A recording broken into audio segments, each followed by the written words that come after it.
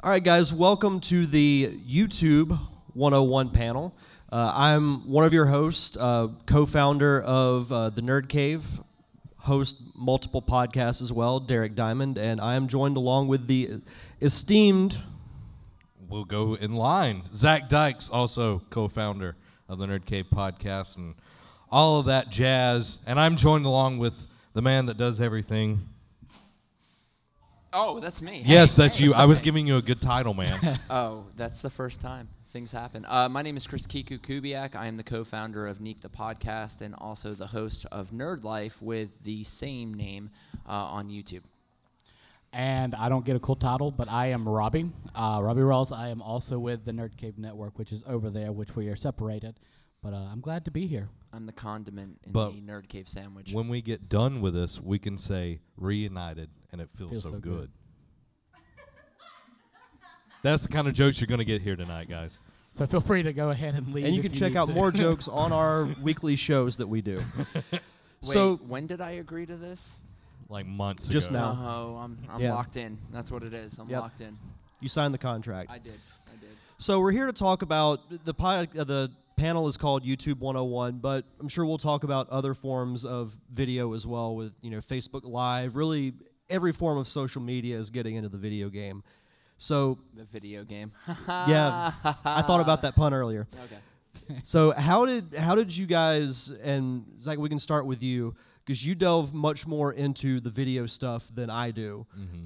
How is it that you, I guess, discovered how to put content on YouTube, and what gave you the idea to do it? Well, we had done podcasting for quite some time, and I always thought it very interesting, like Let's Plays and all of that, and we sort of delved into that a little bit, and just seeing that it's a fun way to do it, because the whole thing is like us hanging out. That's the whole reason we do any of this. So I was like, we like to play video games together. Why don't we do this? And YouTube, of course, has been established since 2006. This was 2013 when we first made our YouTube channel, and then it sucked. It really did. And that's kind of where it started, and it's kind of built from there. 2015 is when we really delve in deep, made really bad Let's Play videos of basketball games, me and Robbie did. Yeah. And then it just kind of, we did Smash Brothers and all of that, and it slowly went from gaming to podcasts, and now it's kind of like equaling back out to gaming. So that's where we were more at, and I'll go more in depth later on that because I want to hear where Chris got his start.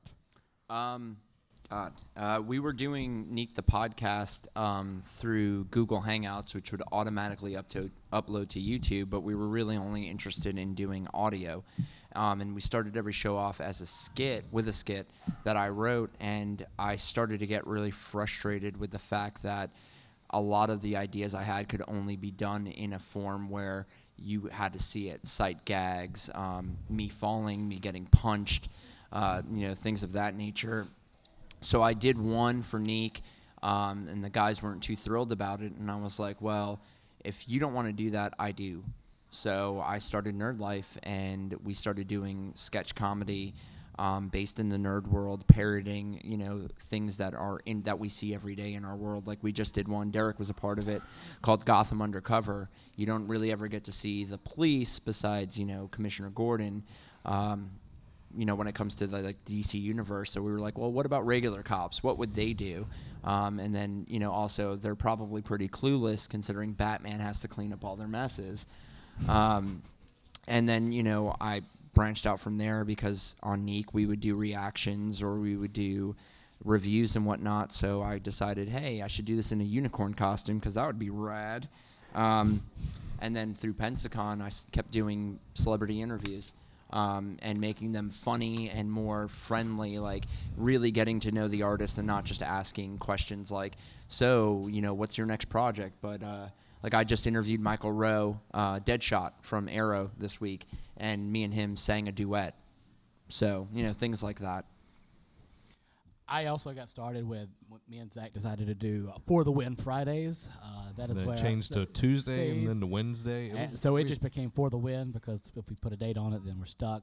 And we've branched out from there. We did top fives, and like Chris said, we've done interviews.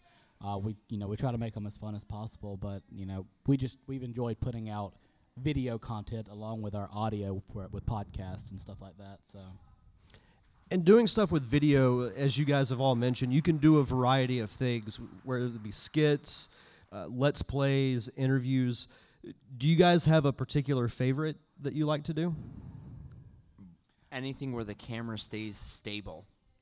Because setting up shots is the worst thing in the world, and lighting is terrible. No, I'm kidding. I actually really do prefer doing the sketches and making a story with different shots for YouTube.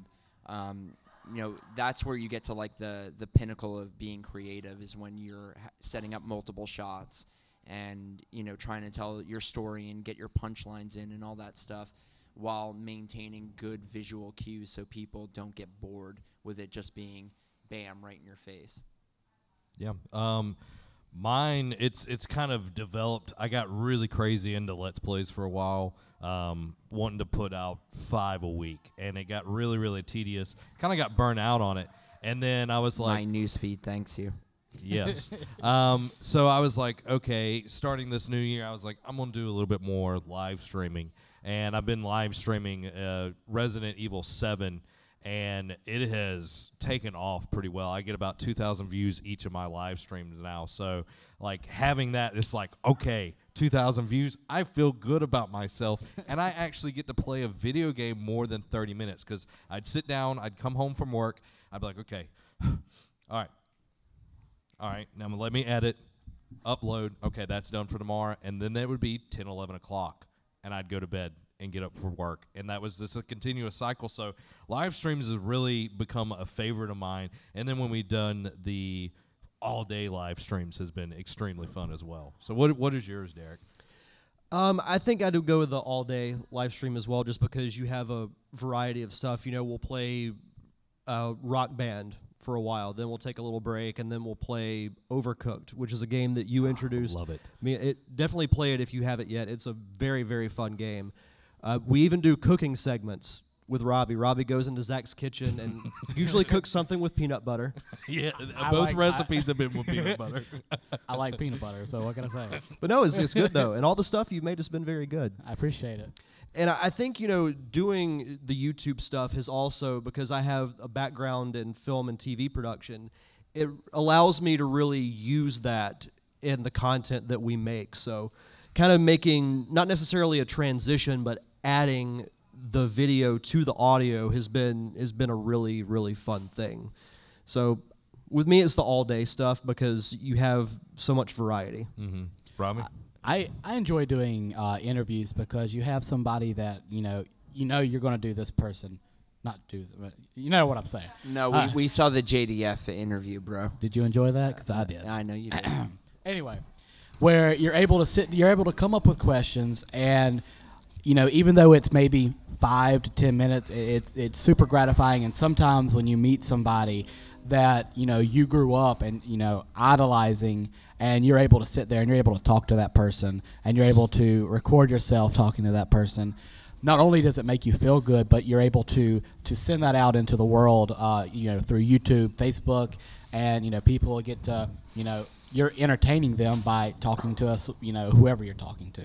And so that's always been something that I've enjoyed, is getting to rub shoulders with celebrities, because 5-6 years ago you would have told me that I would have met Jason David Frank or Barry Bostwick. I would have told you I would have never interviewed those persons, and that you're crazy and just leave me alone. And here I am today where I'm able to do that. So. I have that same opinion. Like doing interviews is amazing, and if you ever have the opportunity to interview somebody who's been in the industry for a while, it's almost surreal. Honestly, this weekend I've gotten the chance to interview a lot of really great actors and actresses, and if you would have told me, even a year ago, you would have been, I would have been talking to this person or that person, or I would have even had anything in common with some of them, that I would have been like, yeah, right, whatever, man. I'm just going to do my 2-minute stupid interviews and whatnot, and it would be fine. But, I even got some interviews that from people that weren't going to do them the whole weekend, and they were just like, no, we'll do it with you. And it's so surreal. Like, it really is. Well, and the cool thing about doing interviews is not just meeting celebrities, but other people who like kind of have the same passions as you do, or maybe do what you want to do. Like, say, I've interviewed independent filmmakers, and just getting to pick their brain about their thoughts on the industry and even advice on what to do. You wouldn't get that if you didn't have the interview. Yeah. So there's like I said, there's so many cool things that you can do with YouTube.